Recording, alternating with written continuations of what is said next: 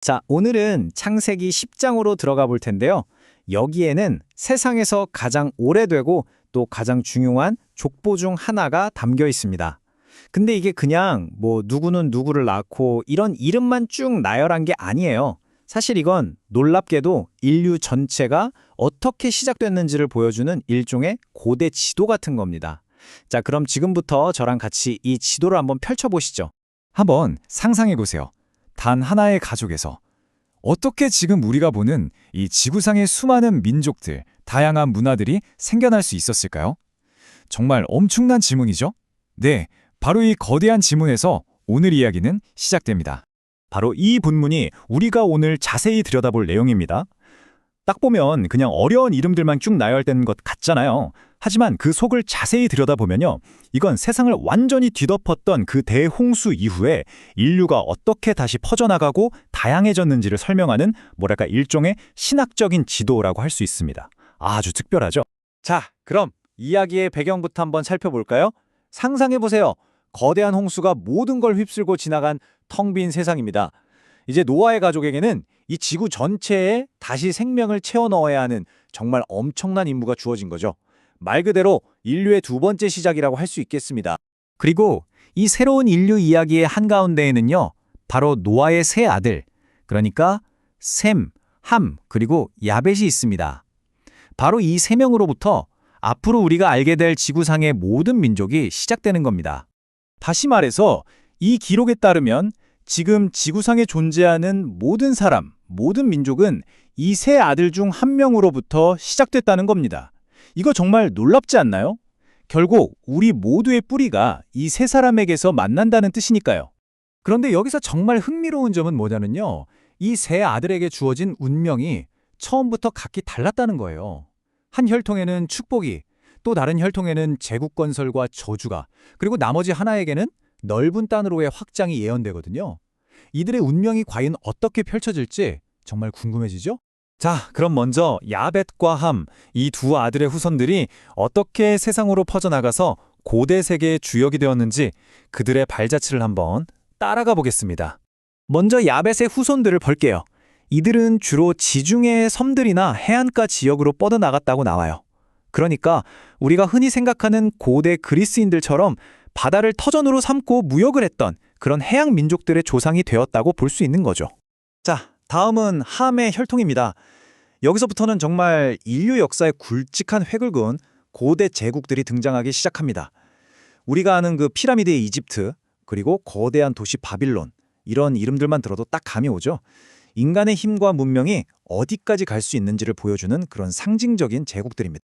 함의 후손들 중에서도 특히 니무롯이라는 인물을 우리가 주목해 봐야 합니다. 성경에서는 그를 가리켜서 주님 앞에서 힘센 사냥꾼이었다라고 표현하는데요. 이게 그냥 사냥을 잘했구나 이런 뜻이 아니에요.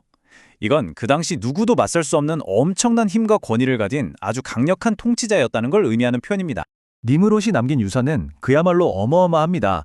그는 바벨에서 인류 최초의 왕국을 세웠고요. 거기서 멈추지 않고 아수르 지역으로 가서 니느웨라는 거대한 도시까지 건설했죠. 그의 이야기는 결국 신에게 의지하기보다는 인간 스스로의 힘으로 하늘에 닿으려고 했던 고대 문명의 그 거대한 야망 자체를 보여주는 상징이라고 할 수 있습니다. 자, 그런데요. 지금까지 넓게 펼쳐지던 이야기가 여기서 갑자기 확 바뀝니다. 마치 카메라가 거대한 풍경을 쭉 비추다가 갑자기 렌즈를 돌려서 단 한 사람에게로 줌인하는 것처럼요. 이제부터 모든 초점은 단 하나의 가문, 바로 셈의 후손들에게로 모아집니다. 근데 여기서 잠시 멈춰서 이 숫자를 한번 보시죠. 70. 이 족보에 등장하는 민족의 수가 정확히 70개거든요. 이게 그냥 우연일까요? 절대 아니죠. 고대 세계에서 숫자 7 그리고 70은 완전함을 상징하는 숫자였습니다. 그러니까 이건 이 지도는 지구상의 모든 민족을 빠짐없이 담고 있다는 아주 강력한 선언인 셈이에요. 이렇게 전 세계 모든 민족을 다 아우르던 거대한 그림이 갑자기 셈의 후손이라는 딱 하나의 가문 이야기로 좁혀지는 겁니다. 아니 대체 왜일까요? 그 이유는 셈의 혈통이 바로 약속의 계보이기 때문입니다. 다른 가문들이 세상에 나가서 거대한 제국을 세우고 인간의 힘을 과시하는 동안 신의 특별한 축복과 인류를 향한 구원의 계획은 바로 이 셈의 가문을 통해서 조용히 이어지고 있었던 거죠. 그리고 그 계보의 끝에 우리가 너무나 잘 아는 인물, 바로 아브라함이 등장하게 되는 겁니다. 자, 그럼 이제 이 모든 이야기들을 한번 정리해 볼 시간입니다. 도대체 이 복잡한 민족들의 계보가 우리에게 궁극적으로 전하려는 핵심 메시지는 뭘까요? 가장 중요한 메시지는 바로 이겁니다. 우리 모두는 결국 하나의 가족이다 라는 거죠.